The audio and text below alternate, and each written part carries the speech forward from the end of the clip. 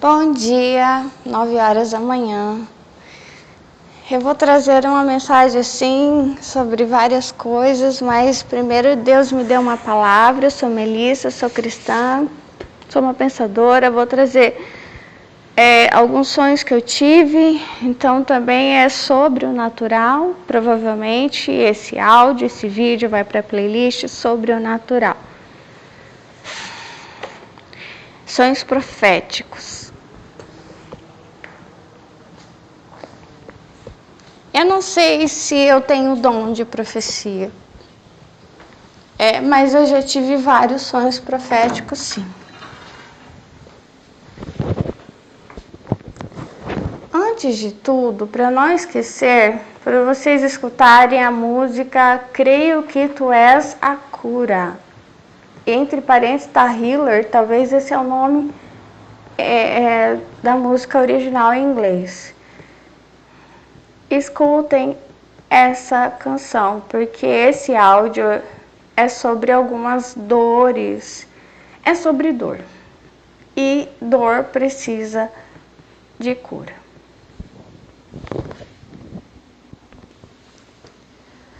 Dor não precisa de mais dor, né? A dor precisa de um bálsamo. E também as dores, elas se escondem dentro de nós, entendeu? Então, por isso, muitas vezes a gente consegue sorrir, a gente consegue seguir a vida por anos, sem ter noção de que tem alguém lá dentro, tem uma dorzinha, sabe? Escondida, 1, 2, 3, enfim. E que elas, a gente se incomoda, sabe? Como alguém que essa dorzinha, ela põe a cara para fora e aí você pensa assim, né? Que incômodo, que chata, né? E elas começam a sair em algum momento. E aí que você chora, aí que você de repente tem uma dor física também, né? Ou você pode entrar em depressão, ansiedade, enfim. Mas já estava lá, só que ela estava escondida. Esse é um dos poderes da socialização nossa, é de conseguir esconder as nossas dores, para que a gente consiga continuar as nossas guerras, né?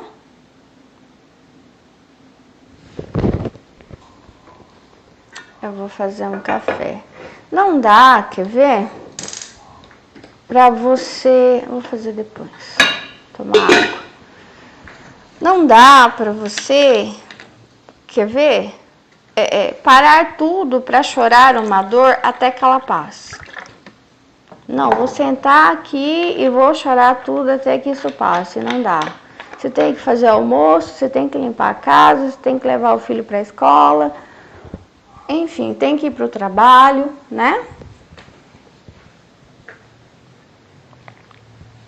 Daí o que você faz? De repente você chorou a noite inteira. Chega a parte da manhã, você tem que ir para o trabalho, mesmo que você não tenha dormido direito. E aí você tem que tomar um banho, fazer uma maquiagem, ninguém vai perceber, qualquer coisa você fala que você estava um pouco resfriado. Aí você esconde. No outro dia você esconde de novo e aquilo, você pensa, curou, não curou. Aprendeu a se esconder, é uma dor que aprendeu a se aquietar dentro de você. E aí, eu abri aqui, Deus aleatoriamente, e aí eu li aqui Jeremias, e eu, como assim? Eu vou falar depois, ó. Maldito seja o dia em que eu nasci.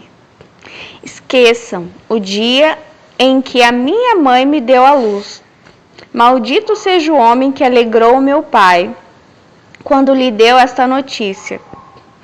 é menino, você tem um filho. Que esse homem seja como as cidades que o Senhor Deus destruiu sem dó. Que ele ouça gemidos de dor pela manhã e gritos de batalha ao meio-dia, porque não me matou antes de eu nascer. Pois assim a barriga da minha mãe teria sido a minha sepultura e eu nunca teria nascido. Por que nasci? Será que foi só para ter tristeza e dor e acabar a minha vida na desgraça?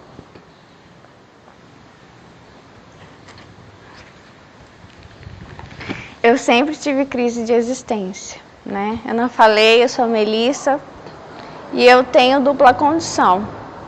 Só que eu descobri, esses dias alguém me perguntou, você descobriu com quantos anos? Eu, não, descobri há pouco tempo, tem poucos anos, quando eu descobri da minha filha, é que eu descobri, só que a descoberta, ela não muda em nada, a não ser que você consegue, como que eu vou dizer, entender e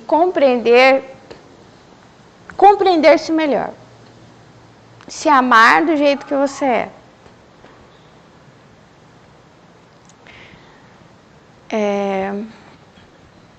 não é o que a maioria das pessoas fazem, né? Quer dizer, quando o autista, superdotado, aquilo que você descobre de si e recebe um diagnóstico, eu, pelo menos, né, aprendi como lidar com isso e entender que eu sou diferente. Não é aí fora tem uma cobrança de que você descobriu, então em algum momento você começa a batalhar contra isso, socar isso em você, bater nisso, até que isso se dissolva, né? Como se fosse algo ruim, sei lá, um defeito, uma mancha, e não é. É um diferencial que eu trago e que sempre vai ser um diferencial. E que eu lido com ele. Eu lido com os problemas de uma forma diferente das outras pessoas, com a vida social. Mas há uma cobrança aí fora de que soca isso, bate nisso, amarra isso. Porque um dia eu sei que você vai virar neurotípica, né? Porque essa dupla condição é sobre neurodivergência, sobre um cérebro divergente, diferente. Então, se você bater nisso todos os dias, amarrar isso, uma hora isso morre dentro de você e aí você vira uma pessoa normal. Mas eu não tenho intenção assassina contra mim mesma, contra as partes diferentes que Deus fez em mim. Entendeu? Não tem essa intenção suicida contra mim. Pelo contrário, mas que Deus tem me falado nos últimos anos, é a valorização. O amor é isso, é a valorização.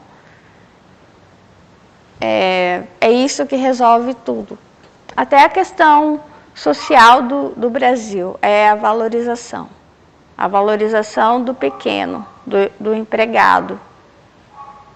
É isso que resolve todas as coisas.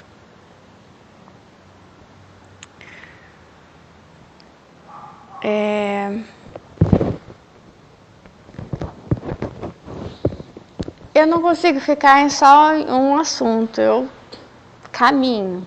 Então, assim, caminhe junto comigo. Que é uma coisa que eu descobri lá no Japão, né? Quando eu cheguei e comecei a trabalhar lá, registrada, que eu fui imediatamente valorizada.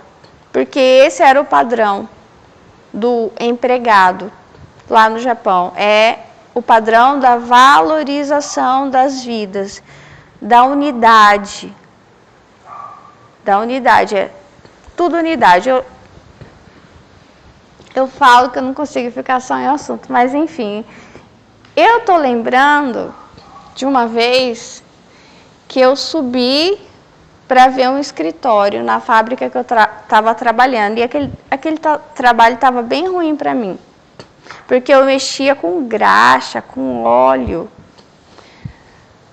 E ainda por cima, começou a vir um japonês. Depois que eu estava um certo tempo ali, já tinha aprendido o trabalho, ele ficava atrás de mim medindo o tempo. E aquilo me irritava bastante, porque eles medem o tempo e eles pedem para você ir mais rápido. Depois passa um tempo, eles vêm, medem de novo o tempo e pedem para você ir mais rápido. Sabe? Cada vez mais rápido. E eu não gostava daquele trabalho porque, não sei se é do autismo isso, eu tinha nojo, a agonia que me dava mexer com tanta graxa, assim, sabe? A gente usava luva, mesmo assim, era muita graxa, óleo. Eu não lembro aquelas peças para que eram aquela fábrica, talvez fossem autopeças, não sei. Mas tinha muita graxa. Eu não gostava. Eu prefiro trabalhar com coisas secas, enfim. E aí um dia eu subi. E na minha mente eu não lembro direito, mas parece que abriu uma vaga para trabalhar no escritório. Daí eu subi, olhei aquele escritório, um escritório normal, com mesas, computadores, as japonesas usando um terninho escuro, camisa branca, acho que saia preta também, ou azul marinho até o joelho, sapatinho preto, tal. E aí, o que eu me lembro é que, só que eu não ia conseguir trabalhar lá, porque eu não falo o japonês fluentemente, né? E teria que, enfim, ler também, né? Ser fluente na leitura também. E que eu achei muito impressionante que o salário do escritório era o mesmo de trabalhar lá embaixo com a graxa. Seria o mesmo salário. Era pouca diferença, porque lá é tudo pago por hora, né? Então, assim, que é um incentivo para que a pessoa queira trabalhar mais. Então, quanto mais a pessoa trabalha, mais a pessoa ganha. Eu acho que muitas vezes não acontece aqui. O que acontece? Muitos funcionários acabam ficando mais, né? Que é a hora extra que o patrão pede, mas depois ele esquece, sem querer, de pagar. Né? E o que não acontece lá, que se ganha por hora. Então, assim, eles não esquecem de pagar, né? Fica mais um pouco, não. E aí é tudo registrado. Então, o trabalho, para você trabalhar de salto alto, no caso, né, com uma roupa. Porque lá embaixo a gente trabalhava de uniforme sujo, a gente mexia com graxa, a gente trabalhava em pé o dia inteiro para trabalhar sentada, de terninho, de sapatinho, tudo limpinho. Ia ganhar pouca coisa a mais. Era praticamente o mesmo salário. Eu achei incrível aquilo. Daí eu pensei assim, uau, é por isso, né, o equilíbrio desse país, por causa da valorização do individual, da unidade, da base.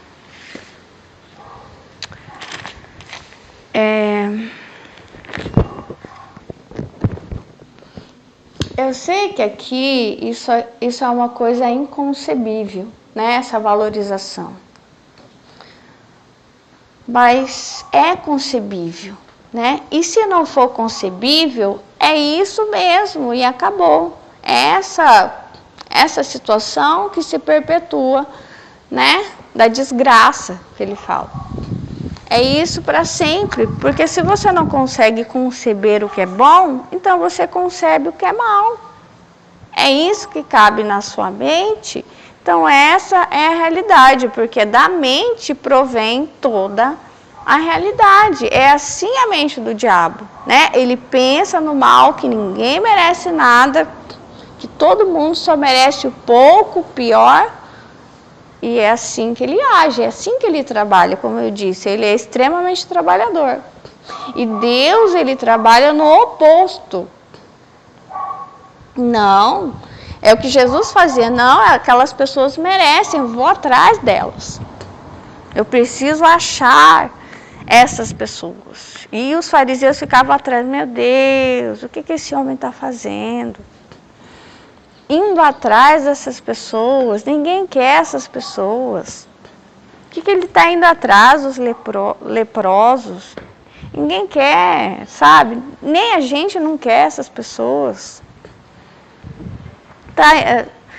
Tá dando atenção, deixando que a mulher do fluxo de sangue toque ele, está impuro já. E olha, ele nem espera o tempo para ele se purificar, porque tem um tempo. Se uma mulher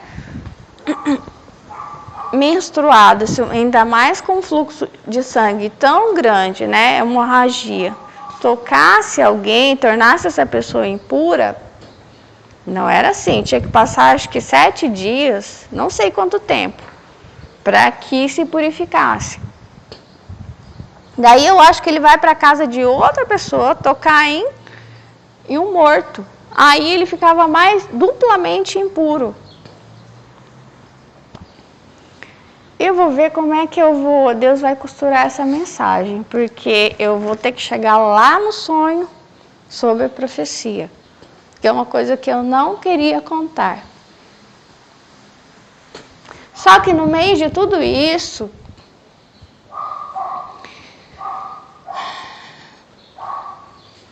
tem coisas boas. Tem coisas boas. Tem muitas coisas boas, não são só as ruins, não.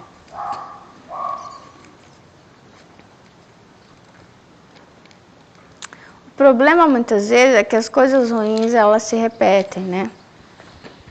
Eu não sei qual a situação de Jeremias aqui, mas ele maldisse o dia do nascimento dele.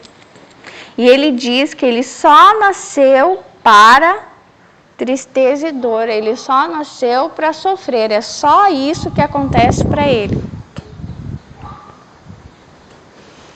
E eu fiquei impressionada porque eu já falei essas coisas.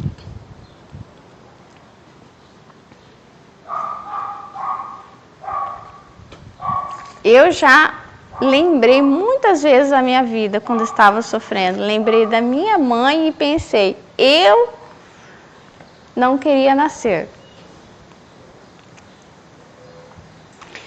E é errado. Enfim.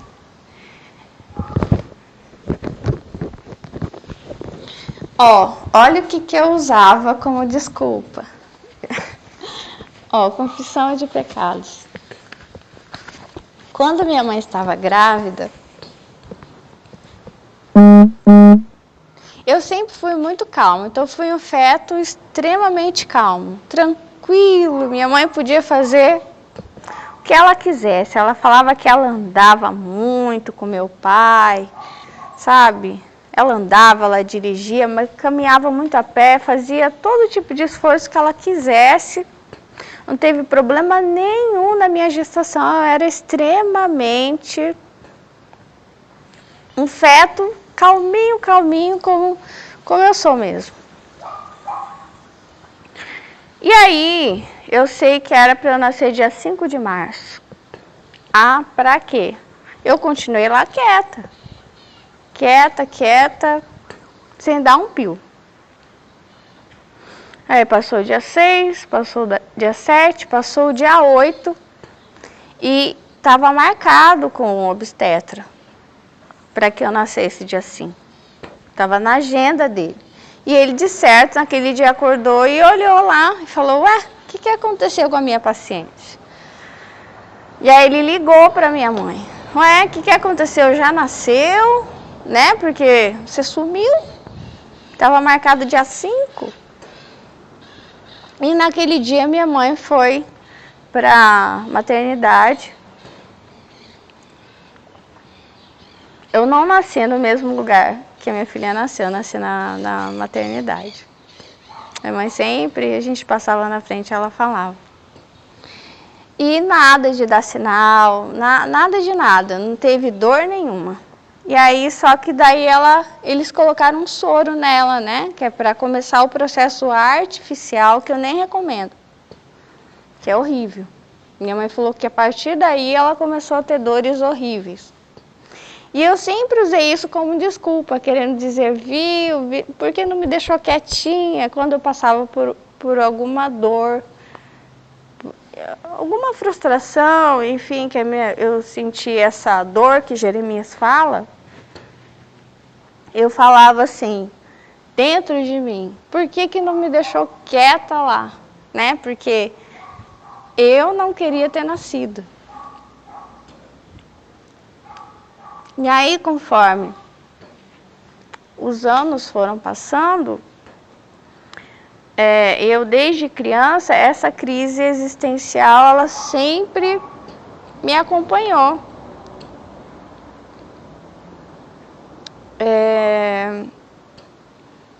Em casa, meus pais não falavam de Deus, né? Eu lembro que eu tinha um quadrinho da oração da criança que eu fazia toda noite, que eu tinha ganhado de uma mulher que era de um casal de amigos do meu pai, que moravam aqui na minha cidade, mas aí acho que eles foram morar no Rio de Janeiro. Se não me engano, sim, a gente fez até uma viagem para o Rio. E depois, não sei se a gente fez uma viagem de passeio ou eles foram morar no Rio. Enfim, eu lembro que a gente fez uma viagem para o Rio de Janeiro com eles. E esse homem que me deu o quadro, ele era evangélico e ele foi para o Japão. E aí ele abandonou simplesmente a mulher e as 2 filhas. E ele foi tendo dado um golpe enorme no meu pai. Ele fez uma dívida enorme, meu pai era fiador, meu pai teve que pagar a dívida dele e ele deu golpe na esposa e nas 2 filhas. E aí eu tinha esse quadrinho com essa história toda por trás.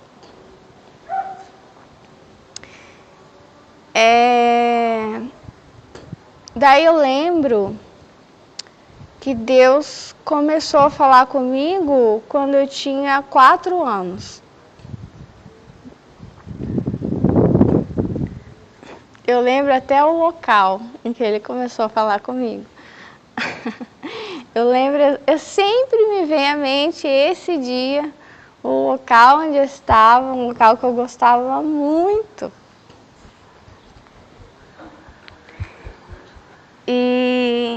E aí ele falava sempre comigo, né? Aí, na minha época, a gente começava a estudar no prézinho, né? Que era com 6 anos. E até eu completar 6 anos, eu já tinha várias evidências de que eu era autista. Nossa, não era para falar sobre autismo. Eu não sei se eu vou conseguir chegar nos sonhos proféticos, vamos ver. Mas enfim, talvez isso aqui vai ter que ir para a playlist do autismo superdotação. Ai, meu Deus.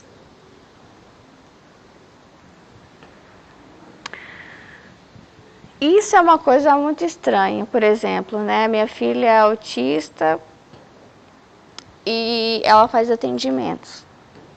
É muito estranho porque as pessoas usam placas, usam frases de sou mãe atípica.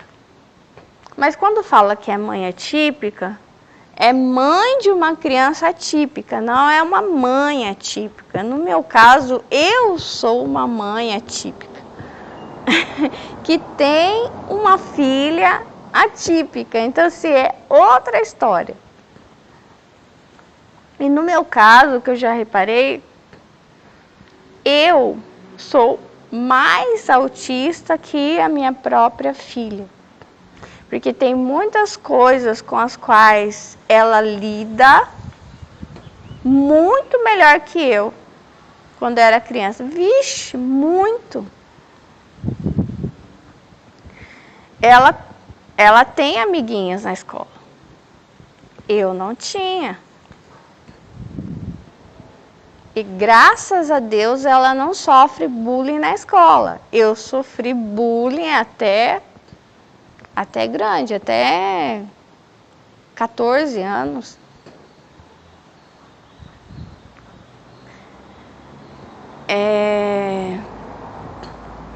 Então, graças a Deus, esse tipo de sofrimento ela já não tem.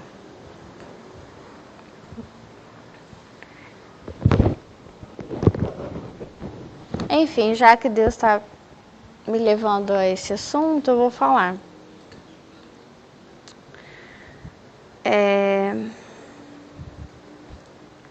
Quando eu era bebezinha, recém-nascida, eu tinha muita cólica. Então, eu dei muito trabalho para os meus pais. A minha filha já não teve, foi um bebê que não teve cólica nenhuma. E aí, quando a gente está grávida, a gente espera já que vai ter noites mal dormidas, né? Que o neném vai ter muito. Só que eu sempre fui assim, sempre que eu escuto alguma coisa, eu não sei você, eu não dou aquilo como sentença, tipo assim, ai, todo mundo é assim. Na minha mente sempre foi, eu não sou todo mundo. Então assim, Deus sabe como é que vai ser pra mim. Eu sou uma pessoa bem específica, o meu DNA é bem específico. Então assim, a minha história é diferente. Não é que todo mundo sente dor que eu vou sentir. Não é que ninguém sente dor que eu não vou sentir. Então, assim, eu sei que o meu processo, ele sempre, e eu sempre penso, eu não sei, até que eu viva, e isso eu não sei como será. Mas é claro, você deve fazer suas orações, pedir para Deus, e Deus atende, quero que seja assim, que a palavra tem poder. E a minha filha, ela não teve cólica nenhuma e eu vi algumas recomendações, por exemplo, de alimentos, né? Quais alimentos, né, que dão cólica no neném? Café, feijão, enfim, tem os alimentos. Daí eu pensei, quando eu estava com ela recém-nascida em casa, eu não vou tomar café. E aquele café começou a me chamar, vem aqui, vem aqui. Ai, meu Deus, e é culpa, eu vou tomar o café, a menina vai ficar com cólica, vai ficar com dor. Mas eu tô com tanta vontade. Daí, vou tomar só um pouquinho. Tomar só um pouquinho, e não consigo tomar só um pouquinho de café, eu tomo muito. E aí eu reparei que a menina dormia, que era uma beleza. Ela não tinha cólica nenhuma. Eu, vou lascar de tomar café. Tomava café, comia feijão, tudo que não podia, tava eu lá comendo. Mas tudo, que eu era vegetariana na época, né? Hoje eu sou vegana. Então tomava leite, ovos, frutas, legumes, hortaliças. Essa era a minha alimentação, bem saudável. E muito café. E nada da menina ter cólica, nada, nem um dia na vidinha dela ela teve uma cólica, ela dormia. E aí, até que um dia eu fiz um vídeo aí para vocês falando que o que dá cólica no neném é a carne. Porque eu pensei, Qual a diferença minha com outras mães que sofrem tanto? Todo mundo, todo recém-nascido não dorme à noite. E a minha filha dorme a noite, não a noite toda, né? Porque acordava só para mamar, mas ela nem chorar não chorava. Era um chorinho assim, bem, sabe? E aí eu pensei, bom, a única coisa que eu não como, que todo mundo come, obviamente, é a carne. Então, só pode ser isso. E aí, uma das minhas teorias é de que a carne é que dá todo esse problema nos recém-nascidos. Só que, conforme o tempo passou, eu tinha problema com alimentação, sabe? Eu nunca gostei de comer. Eu achava desnecessário comer.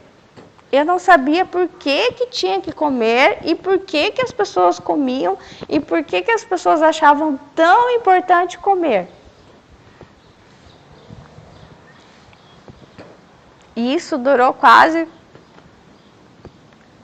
muito tempo. Ai. Principalmente quando era criança. Então era o terror a hora de comer. E tinha restrição alimentar que eu mesma me colocava, que eu não gostava disso, eu não gostava daquilo, não gostava do cheiro. Tinha nojo de muita coisa. Fora também que eu costumava ficar parada, quieta, olhando para o nada, olhando para o céu, pensando muita coisa. E eram esses momentos que Deus falava comigo. Ou às vezes, o que eu fazia?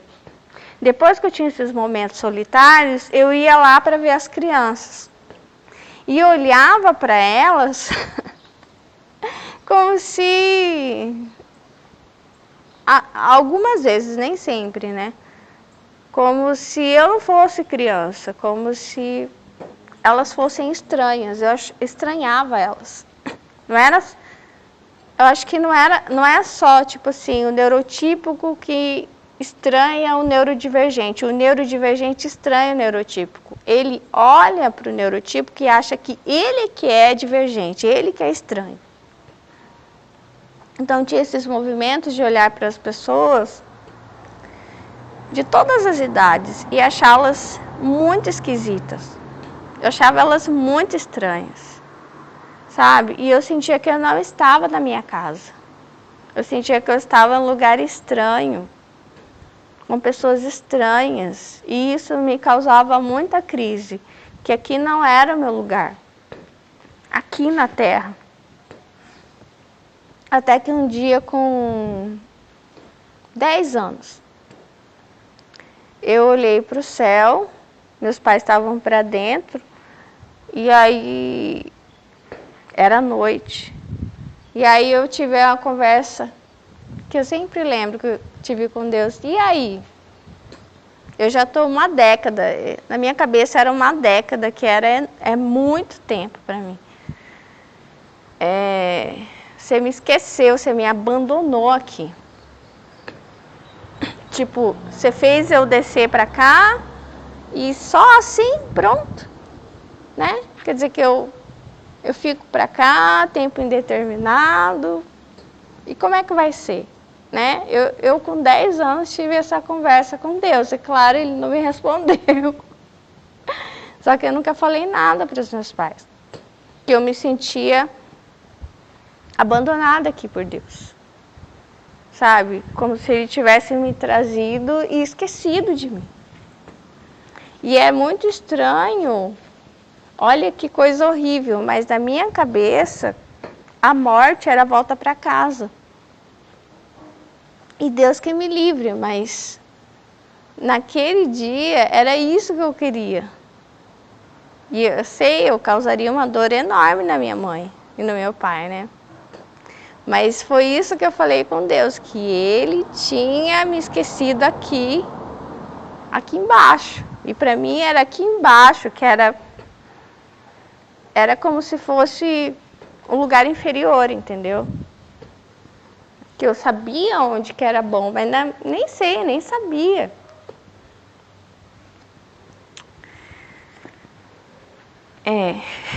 Só que, ainda bem que, assistindo relatos de EQM, né, de pessoas que tiveram experiências também, de sonhos, eu não sou a única pessoa que se sente estranha aqui.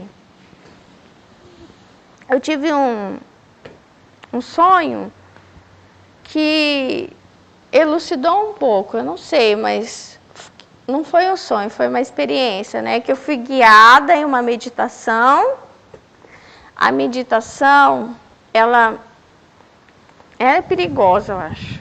Porque ela pode te levar a lugares que você não quer ver. Mas isso, eu já fui a lugares que eu não quis ver em sonhos também. E foi muito ruim para mim. Nessa meditação que foi feita, eu fui parar numa casa com uma família enorme, cheia de irmãos. E tinha um pai que eu odiava ele. E eu amo meu pai. Tem nada a ver. Ele estava na ponta esquerda. E eu, um monte de irmão na esquerda e na direita. Sei lá quantas crianças. E eu no meio. A minha mãe estava à direita e aquela mãe, eu nem olhei para ela, que é como se ela fosse café com leite. Sabe as mulheres antigamente que não tinham voz? Ela era assim, eu acho, imagino. E eu me sentia assim como geralmente eu me sinto na Terra. Nossa, eles não são minha família, quem que são eles? Eu não gosto deles, que lugar estranho, que lugar inferior. E não era porque a casa era pobre. A maneira deles se comportarem me envergonhava. O comportamento, principalmente daquele homem, me envergonhava demais. E aí eu saio dessa sala, rodeada de pessoas, eu me sentia extremamente sozinha. Então não é sobre as pessoas que te acompanham, né? É de você se identificar com elas. Eu vou para um quarto, tudo branco, não tem nada, não tem um móvel ali. E ali eu não me sinto sozinha mais. Olha que estranho, eu estou sozinha finalmente. Não tem um móvel, não tem um guarda-roupa, não tem uma peça de roupa, nada, todo branco. Ali eu me sinto preenchida. Eu me sinto eu, sabe? E isso tudo na meditação, que não tinha nada a ver com o que a mulher ia falando. A mulher ia falando uma coisa, eu fui indo para outro lugar.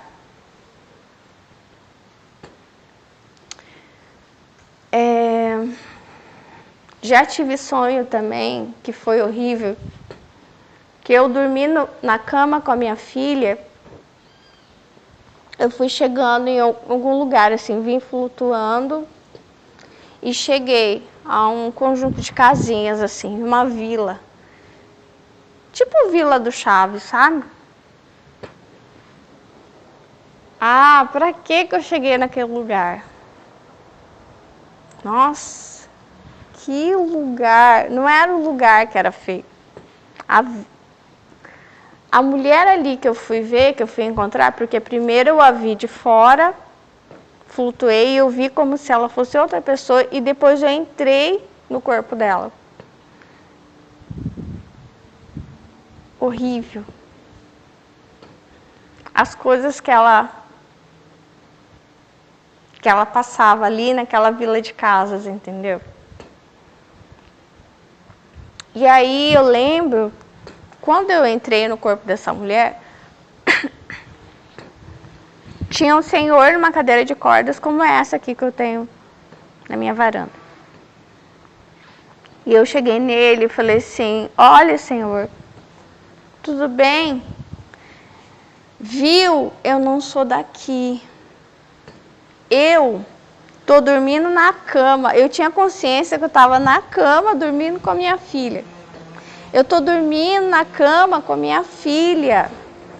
E eu não sei. Eu vim parar aqui, eu tô perdida, eu preciso voltar lá. lá para onde eu tô com a minha filha. Eu preciso acordar. Eu preciso, não é acordar, eu falei para ele, eu preciso voltar. Eu sabia que eu tinha saído mesmo do corpo e tinha parado ali naquela vila. Eu preciso sair, eu preciso voltar. E eu não falei para ele, mas eu estava desesperada, porque eu sabia, eu não sei, eu tinha algum pressentimento ruim sobre aquela mulher. E aí ele não me escutava, ele não me ouvia. E aí tinha a saída da vila. Daí que eu olhei, lá vinha, virando a esquina. Pra quê? Aí eu desesperei. Falei, vou sair correndo. Mas parece que o homem vinha andando bem devagar. Mas bem devagar, feliz e contente. E eu, por mais que pensasse, vou sair correndo, eu não conseguia. Eu não conseguia. Eu travava. A hora que eu vi, ele já veio, me catou pelo braço e me levou lá para dentro. Até então era uma mistura. Uma hora eu me via de fora, outra hora de dentro. E ela tinha... não era para contar sobre ela. É extremamente doloroso para mim essa experiência. Ela tinha a aparência completamente diferente da minha. Eu sou baixinha, ela era alta, cabelo liso.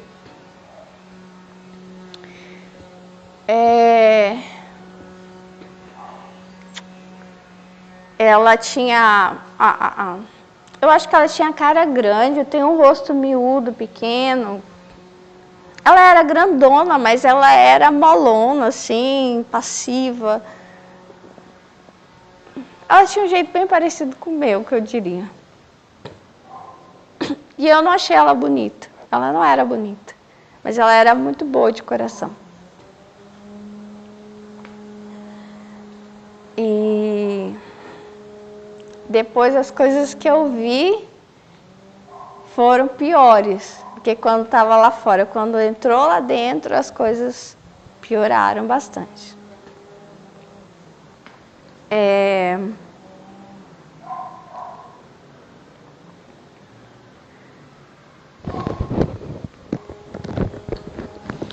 Quando aconteceu isso, eu já tinha certa noção de que eu era diferente, de que eu tinha sonhos estranhos.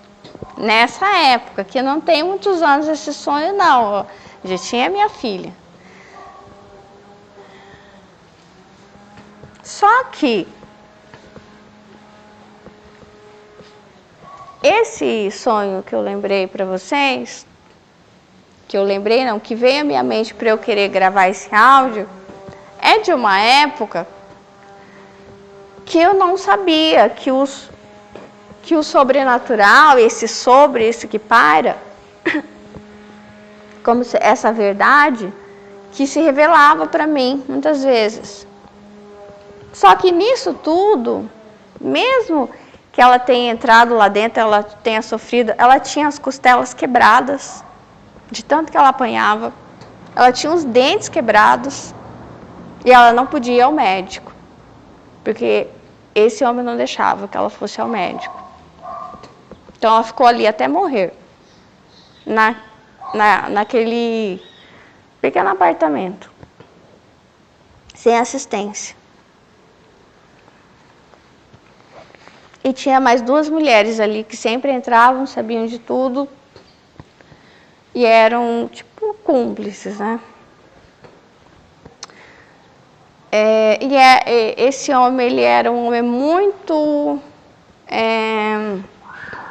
bem querido ali da vizinhança. Não era uma pessoa que ninguém gostasse, não. Todo mundo amava ele. Ele era muito querido ali.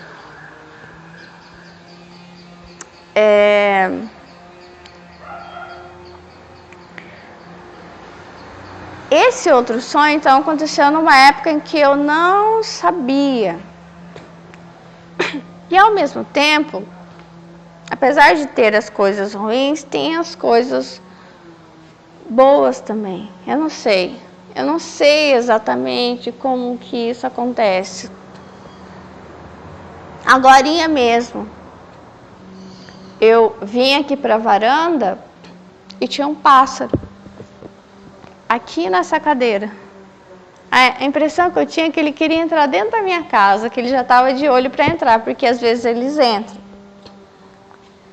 É como se eles... Não sei se eles são atraídos, não sei se os pássaros entram dentro das casas, se eles entram dentro da sua casa também.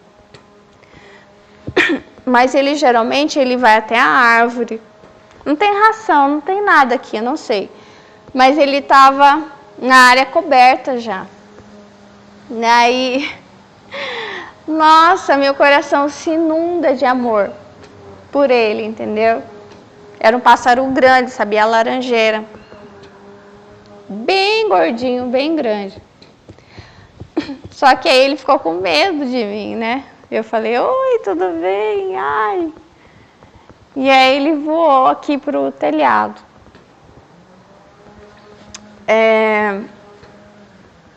Eu tenho entendido, por exemplo, a diferença de um amor saudável.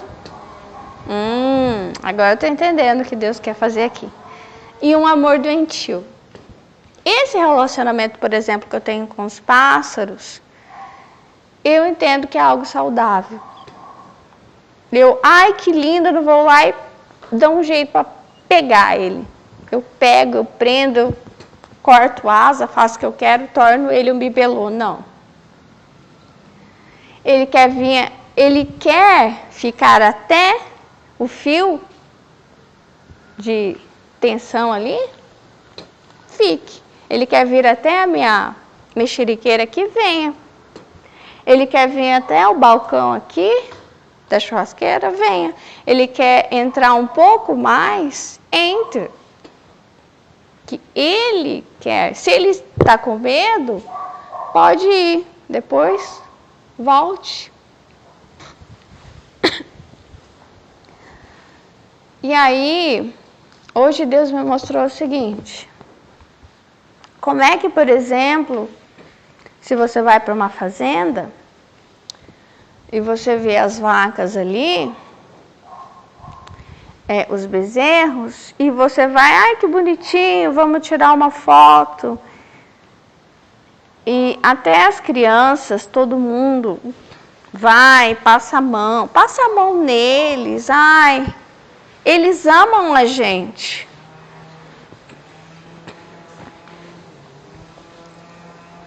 Na verdade, eu estou construindo alguns livros para que vocês entendam que eles não amam a gente. Quando eu estava nesse sonho que eu estava no corpo dessa mulher, em que eu pensei em fugir e o homem me pegou pelo braço e falou, onde você vai? E me levou para dentro de novo. Eu lembro que eu tentei conversar com ele porque eu queria um médico. E eu falei para ele me levar ao médico, que eu não ia contar nada para ninguém. E é esse tipo de amor que esses seres que estão em escravidão, eles sentem por nós. É um amor doentio. É como se fosse... Como é que tem aquela síndrome que a pessoa raptada começa a amar o sequestrador? Uma mulher que apanha também sente amores pelo homem que bate nela. Ela tem uma luta dentro dela, né? Tem uma que fala dependência emocional. Que é isso? Eu fujo? Não, eu não fujo. Eles não fogem, né? Então, Eles não gostam da gente. Eles queriam também, como passarinho, sair correndo. Mas eles não saem, por quê? Porque vem alguém e vai pegar de volta, então para que eu vou sair correndo? Entendeu? Você tem todo um sistema para dizer que isso é errado. Eu lutar pela minha liberdade, pela minha dignidade, é errado. É a mesma coisa da unidade, do funcionário, do empregado. Que aquele que acha que merece muito, ele é errado, ele é arrogante. É tudo junto e misturado que Deus tem me mostrado. É sobre desvalorização ou sobrevalorização, que é o que decai o mundo. É o que torna aqui inferior. Faz com que pessoas como eu, aos 10 anos, crianças já sentem o peso. Isso aqui tem um peso tão grande de inferno, que é terrível. Eu, uma criança, sentia, a ponto de dizer para Deus, quero ir embora, não quero ficar nesse lugar. Aqui é horrível, parece que estou no inferno. E não é, tem hora que você não sabe, nossa, mas olha esse passarinho tão lindo, olha essa pessoa tão boa, nossa, mas olha. Aí você fica, parece que dá um certo desequilíbrio, entendeu? Porque é essa guerra.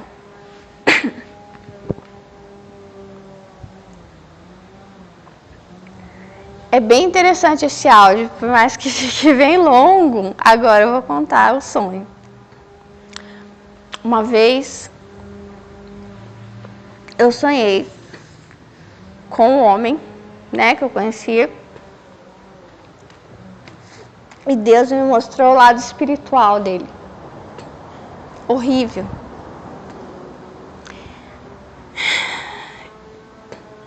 Eu acho que ele estava de camiseta, assim. Eu não sei. Eu sei que Deus me mostrou as costas dele. Isso já tem muito tempo. Na época eu não tinha noção que enfim, que Deus me revelava essas coisas. E as costas dele pegavam fogo. E não só pegava fogo, tinha escritas nas costas dele. Eram várias escritas em uma língua que eu não conheço. Tinham símbolos ali, e era chama de fogo, sabe? E ele não sentia dor, não sentia nada, ele vivia tranquilamente, porque eu não lembro dele fazer cara de dor. Enfim, eu sabia da maneira como ele vivia, a vida dele desregrada, né? Imoralidade sexual, né?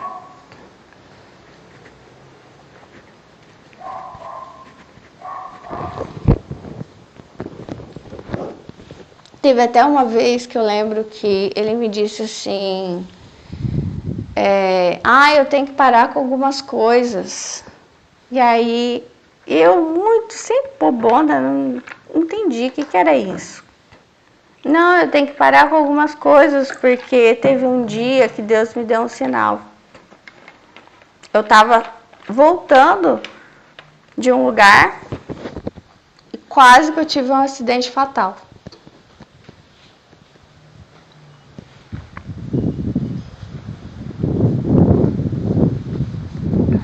E às vezes tinha coisas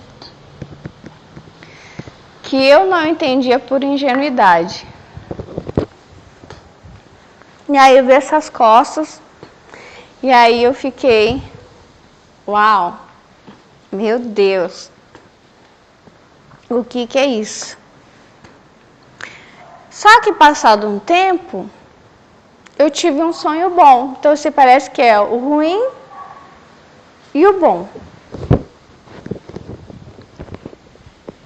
Eu sonhei que eu entrava numa casa que eu não sei, não conhecia. E tinha um berço de bebê. E dentro desse berço tinha um bebê lá dentro, grande já. Só que ele estava na água, ele estava no líquido, acho, amniótico, alguma coisa do tipo. Era um feto, né? E o que eu entendi é que esse homem ia ter um filho. Então eu lembro que eu tive o sonho. Não muito tempo depois, eu o vi. E aí, claro, eu não contei. Mas eu fiquei pensando, meu Deus, ele vai ter um filho, ele vai ter um filho, ele vai ter um filho. E passado alguns anos, ele realmente teve uma criança. Agora, em relação às costas, eu não sei.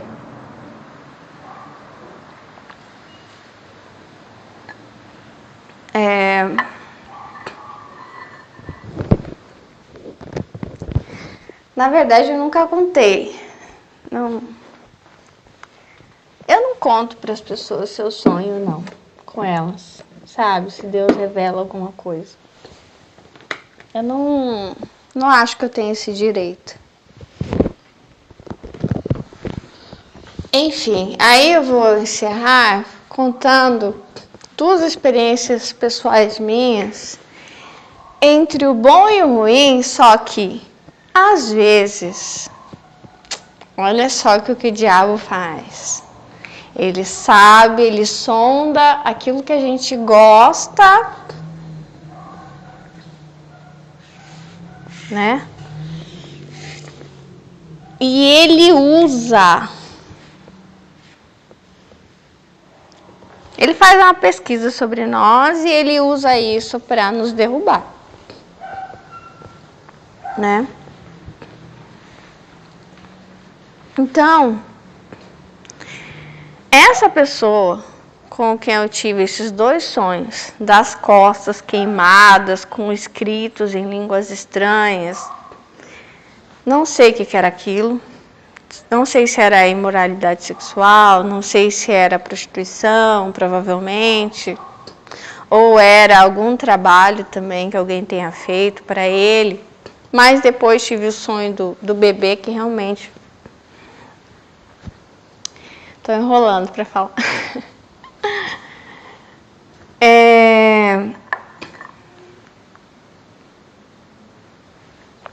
Teve duas pessoas que usaram a minha proximidade com Deus, é isso que eu estou falando. Usaram Deus para me tentarem. É isso. Teve duas pessoas.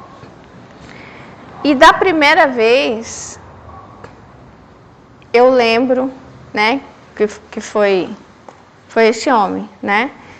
Eu lembro que de ir à igreja com ele, não só uma vez, acho que foram 2 vezes. E tudo isso foi que ele foi me analisando, ele foi me pesquisando e foi vendo. Ele não tinha intenção de se aproximar de Deus. Ele me queria, né? Então ele fez uma pesquisa sobre mim como alguém, como um caçador que quer caçar uma presa e não. Esse é um amor doentio, é um desejo de posse, né?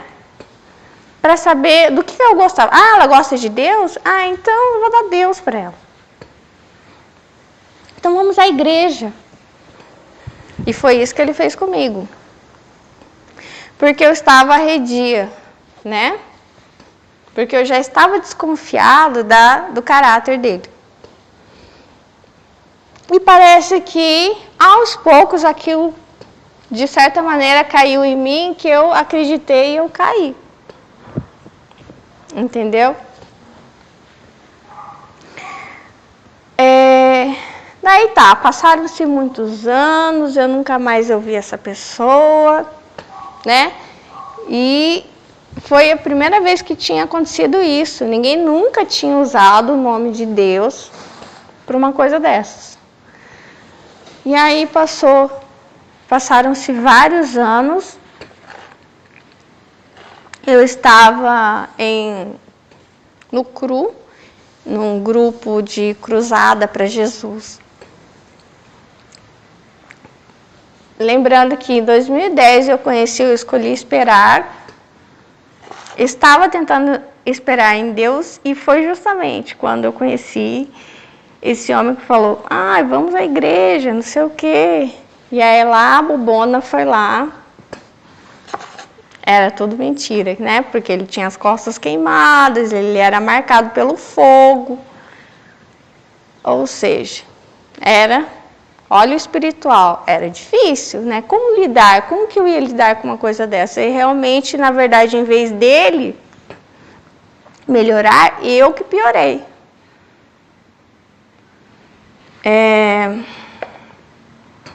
Daí passaram-se muitos anos. Eu realmente não estava em santidade, mas aí quando eu estava no CRU, eu já estava tentando voltar à santidade. Estava ali conhecendo vários jovens, muito mais novos que eu, adolescentes, né? Porque eu comecei outra faculdade já com 35 anos, comecei outra faculdade.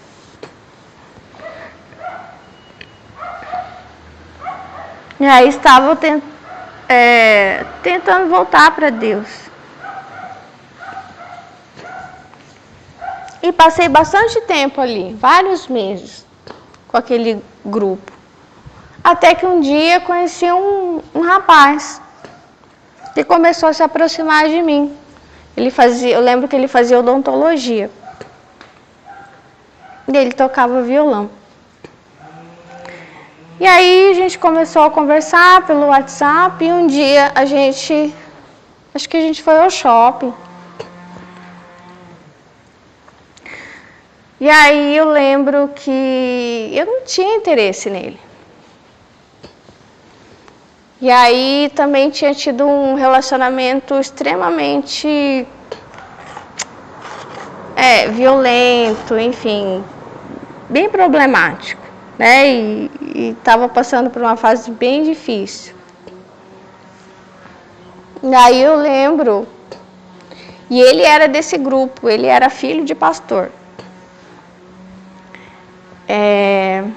E ele, quer dizer, ele estava perto de Deus, a meu ver, há muito mais tempo, né?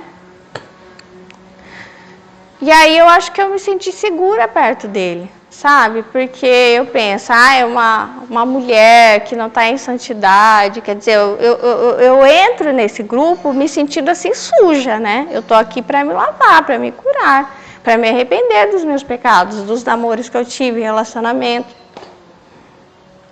E aqui eu tô no meio de vasos brancos, né? Os jovens que estão esperando em Deus, né? E aí eu me senti segura, que esse rapaz era alguém que não ia me atentar, né? Mas não foi assim. Daí eu lembro que eu falava uma coisa, ele entendia outra. Eu falava para ele, eu não quero namorar agora. Na minha mente eu pensava, não, eu preciso ficar um bom tempo sozinha para eu me firmar, né, em Deus, para eu me lavar dos meus pecados, passar por um processo. E aí, quando eu falava para ele que eu não queria namorar, ele entendia que eu queria ficar, que eu queria sexo rápido. Ele entendia outra coisa na cabeça dele. E eu fui achando esse rapaz meio estranho, sabe? E eu não comecei a sentir a presença diabólica nele. Eu pensando, nossa, né? Nossa, nem parece que ele é lá do grupo, né? Que a gente frequenta. E aí eu lembro que eu fui com ele, né? No carro dele. Daí voltamos. A gente voltou. E aí eu ia descer do carro, dei tchau. Mas ele não queria ir embora. ele se ofereceu para entrar na minha casa.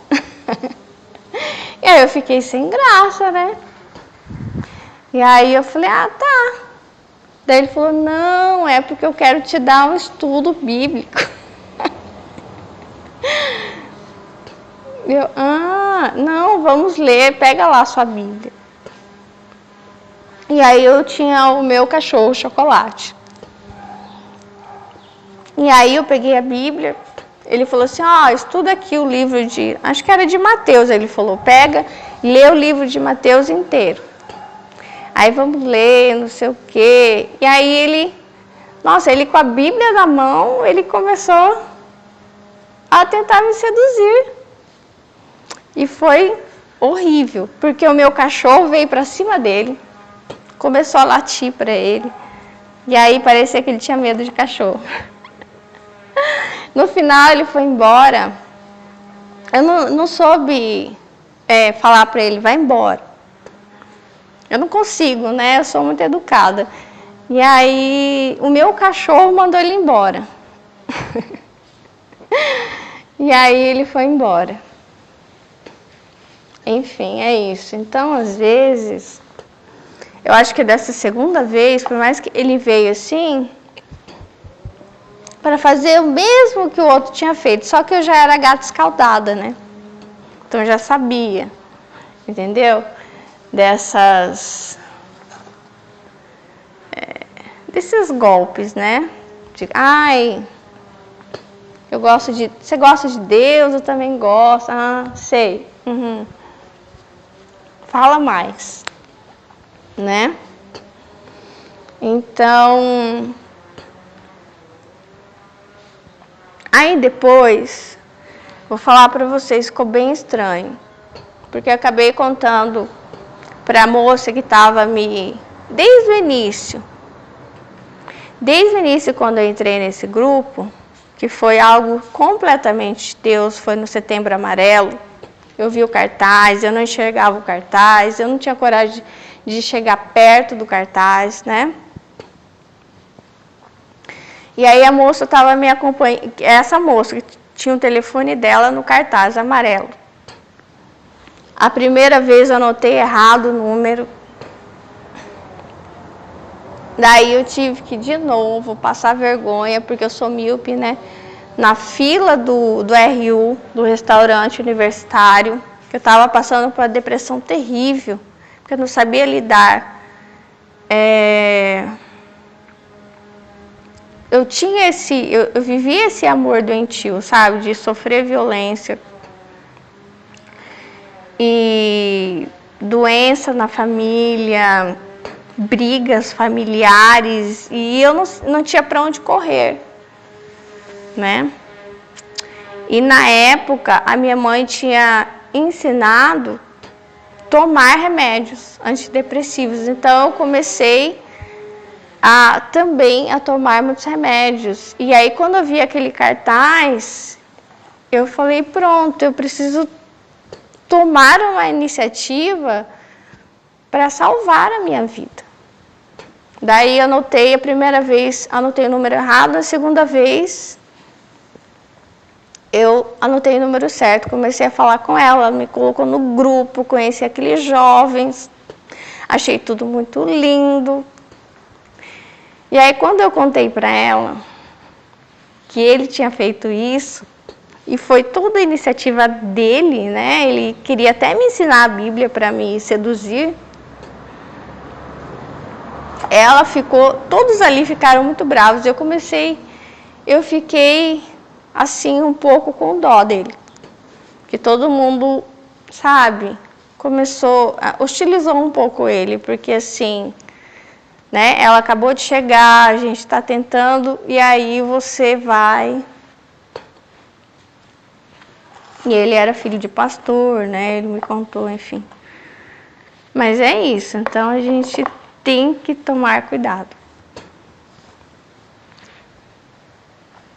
Enfim, eu sei que esses sonhos, às vezes, não cabem dentro da doutrina. Mas, sonhos que eu falei, né? Enfim, eu não sei. Eu nunca Nunca procurei nada. Eu sonho, Deus revela. E revela coisas boas e ruins também, né? É isso. Agora, falei tudo. Deus abençoe vocês. Até a próxima.